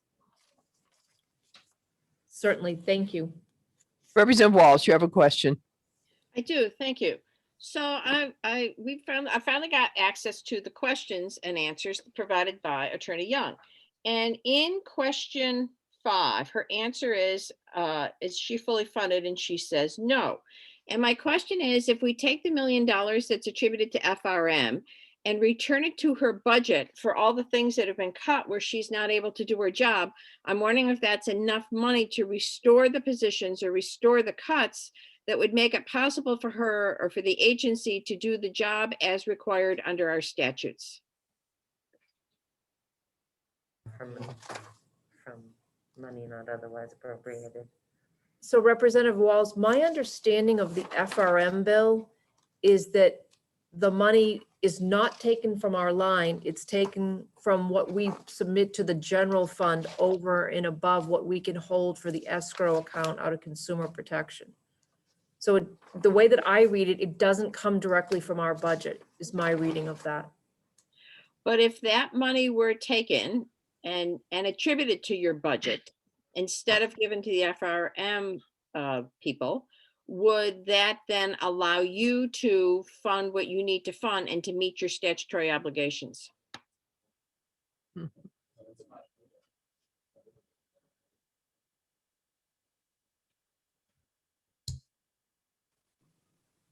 Well, I do not believe I'm checking with Administrator Carr. I do not think that $1 million will cover all of them, but we certainly could fund a couple of, the administrator position and an investigator and the cold case attorney, we could fund. But again, that's money that's coming out of the general fund. That FRM is not out of our budget. I just want to make sure that I'm clear as to what my understanding of it is. You're correct, Attorney Young. That's not in your budget. Thank you. So Chairwoman, continuing on what we have in House Bill 2. we Yes, Also have, if you, 67, number 57, starting at page 26. That is the Director of Diversity and Community Outreach that we discussed. why would your director serve a 5-year term when most directors, I believe, are a 4-year term? It's the way it is here. mostly. So that would mirror, Chairwoman, the attorney positions in this office. Those are 5-year terms. So while the Attorney General and the deputy have 4-year commissions, the attorneys all have 5-year commissions. I think probably some of the logic was they would, depending on the cycle, a new Attorney General couldn't come in and clean house, so to speak. Thank you. And I think that. And that goes into section 158. Those two sections go together. Yes. Yes. Yep. And that's what we've identified, Chairwoman, as our sections.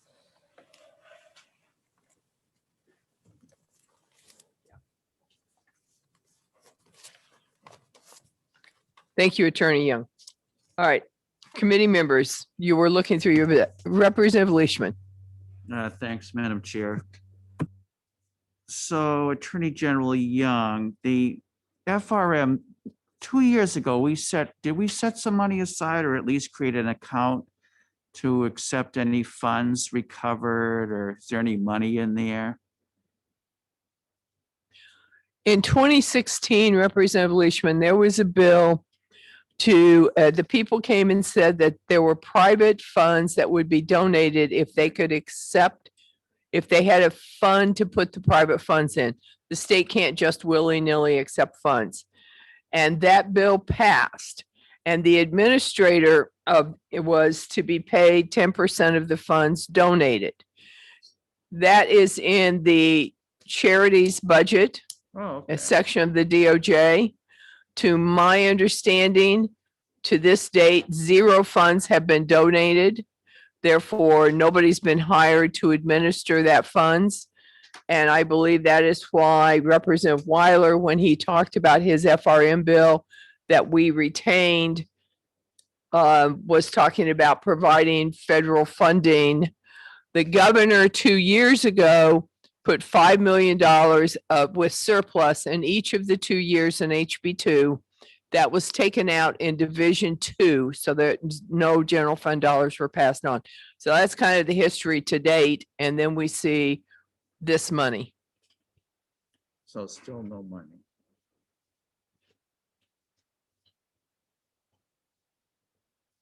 Thanks.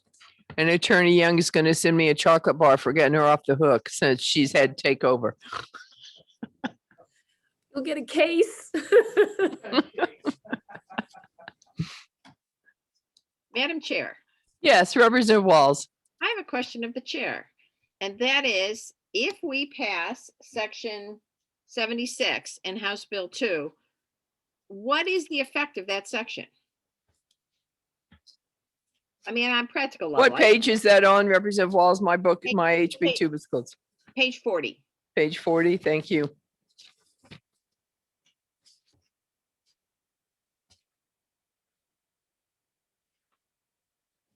Section 72 about the family medical leave No, 76 about FRM.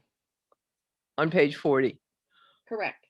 That would tell the governor that sometime during the biennium, if he had surplus money, he could draw $1 million, 500,000 in each of the years and put it into the fund to go to the FRM investors.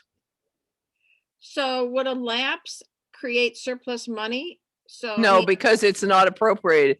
The language says the governor is authorized to draw a warrant.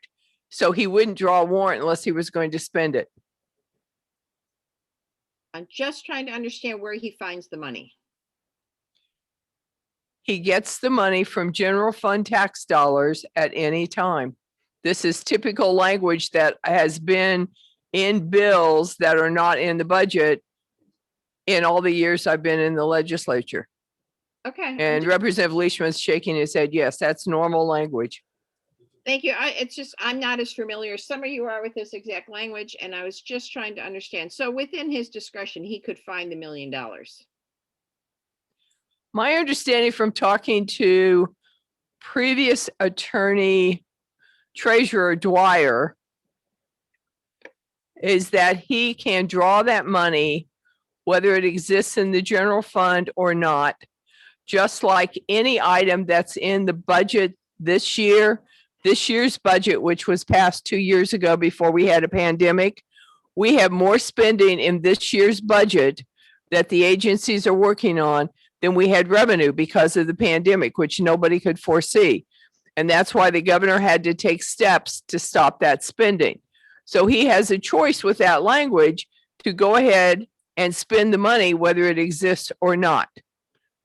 But we have not voted on that language. We have a bill that, as you know, Representative Weiler put forward. It's my understanding he is working with a couple of people and may come and make a presentation to us on that later, but I have not yet scheduled him. I appreciate the clarification. No problem. Chairman, it's just, I'm not, as I say, I'm not quite as familiar with the language as you all, and I really appreciate your clarity. Yeah, that language is strange. I'd ask the treasurer about it. Thank you. Any other questions as we approach noon for anybody on the justice? We also have the charitable trust. Any questions on that? What page is that?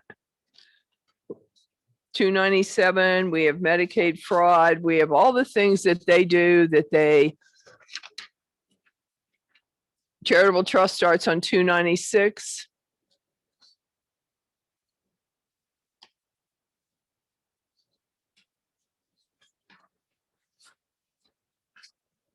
Starts the bottom at 295.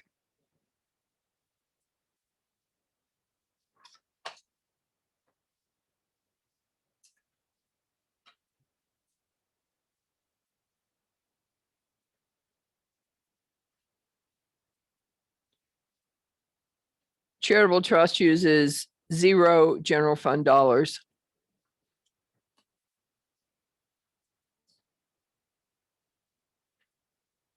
And Attorney Young is so happy.